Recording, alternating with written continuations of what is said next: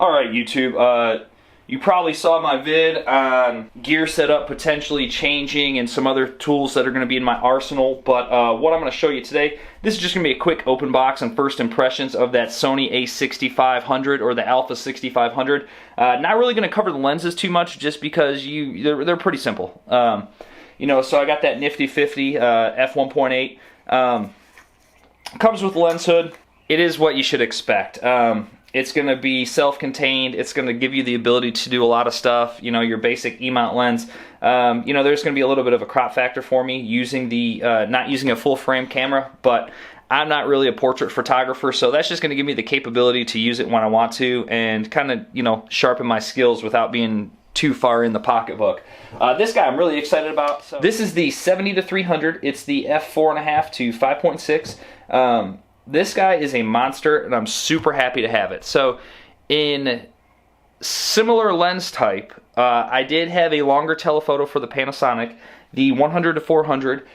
It was also a trombone. It did have a lock on it, like this one does, but the Panasonic had a locking ring, which was a little funky. I can tell you this Sony 70-300, although there is some resistance just because of the length of the trombone lens nature, it is much smoother than that Panasonic, and the Panasonic was much more expensive, unfortunately. So got this guy. It does have one button for the focus hold, which is pretty cool. I'm excited to start using that, and it does have your traditional switches here for the autofocus manual, full range of focus, so if you wanted to do some closer macro shots with this, you could, or a 3 meter to infinity, which is probably what I'll leave it on mostly. I'm going to do some outdoors, wildlife, not really sports, but this gives me the capability to get into that stuff without diving into the high-end lenses that are going to cost me quite a bit more, and then I will leave the optical steady shot on.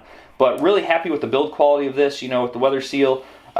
Texture is great, and the rubber focus rings are very easy to hang on to along with the zoom ring. So super happy about that, but what we're all getting towards, or excited to see, is going to be the new Sony a6500. So what this thing's got going for it is actually quite a few things. So what I like about it, one, is the form factor, and then some of the updates compared to the 6300.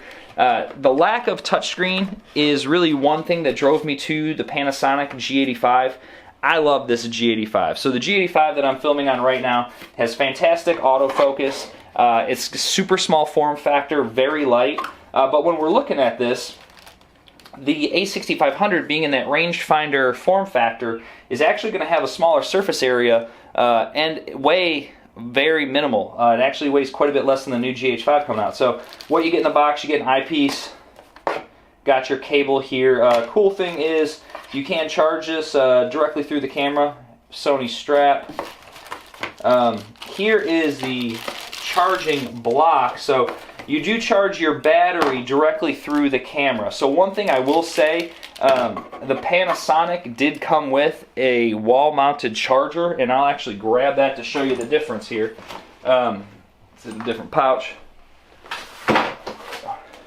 Sidebar, you'll see the Peak Designs review coming out, but I really enjoy these pouches that they have too for organization. But anyway, Panasonic has a wall battery charger, which I really enjoy because it allows me to not have to utilize the camera as my charger, just because it's kind of nice to be able to charge a battery while you're using the camera. But beside the point, I have a solution for that, and that is online. So one thing I'll be getting from Amazon, it's 25 bucks right now, smoking deal. It's from Rav Power, comes with 2 compatible batteries, and it is a charger like this. But the benefit to it is it also plugs in via USB cable. So that is pretty awesome because it's going to allow me to take the charger with me, and I can actually charge the batteries from a portable battery pack versus a wall outlet. And I'll have a separate review on that. But here we go. We're going to get into the camera. And I'm going to put the accessories back in here just to clean up some clutter. Aside from those and the, well, I will need the battery. Aside from those and the warranty cards. Get it all sealed up and looking nice for everyone. But here's the camera. Does have a little more heft to it than I had imagined. One thing I do like about it is the extended grip. So one thing I purchased, and inherently returned it. I did purchase the GX85 from Panasonic also, kind of to do B-roll stuff and as a secondary camera, so if I was out shooting I could have a second lens ready to go. But in that rangefinder format, it was completely flat and there was no grip for you to address on here. So one thing I can tell you, this has a very similar grip profile to my G85. It's not as pronounced as their full frame versions, but this is a significant advantage. It feels good in the hand. Button placement is nice. I do like the knurled metal knob up here. One thing I will have to do, which I appreciate the 2 custom buttons on top, I will have to program these, just because with the G85, if I am using that camera, you know, and I probably won't use it for stills, but the layout in that traditional DSLR form factor gives you that extra knob, and that makes a difference just in the sense of changing shutter and aperture a little more quickly. Well, I will have to program those since I only have one knob here and then the wheel on the back. But not a big deal, that's just learning form factor. You know, maybe when I get into the A7R3 when it comes out, that's something that I can bounce back and forth between. The record button is on the side and it is very small, so that may inspire a purchase for a remote, just because depending on certain situations. I haven't played with the Sony app yet. I know the Panasonic app is very good at allowing you to control the camera. Interested to see what the Sony will do, but I don't want to press and shake too much. So that may be a concern because it fits so flush. My hands not being the smallest, that's something I really have to make a dedicated push to, and that's going to give some shake. So just a note there. Other than that, I don't mind the layout on the back. You know, for me, if I was coming from your more traditional DSLR shooter who had a long experience with Canon or Nikon, yeah, I'd probably be irritated. But since I'm learning a new platform myself and really going through this experience, this isn't going to be too bad because I'm going to learn as you go. I do appreciate the articulating screen for different angles, you know, to get some different angles, either on the ground looking up or above you. The screen will actually articulate downward. It's pretty awesome. I am excited for the touchscreen. There is a lag. You know, I'm not going to be using it in my practical application. It's not going to affect me, even in video. Just because in video, the Sony system for your autofocus is going to be so on point and so fast. I doubt I'm really going to have to do it, but the touchscreen is going to give me the ability for focus pulling, you know, changing that depth between 2 subjects. So it's going to be more than capable to do what I need it to do. And I'll probably just turn it to just half the screen just to cut down on reach and be a little more accurate there. But I'm really excited for it. You can tell the weather sealing on this is solid.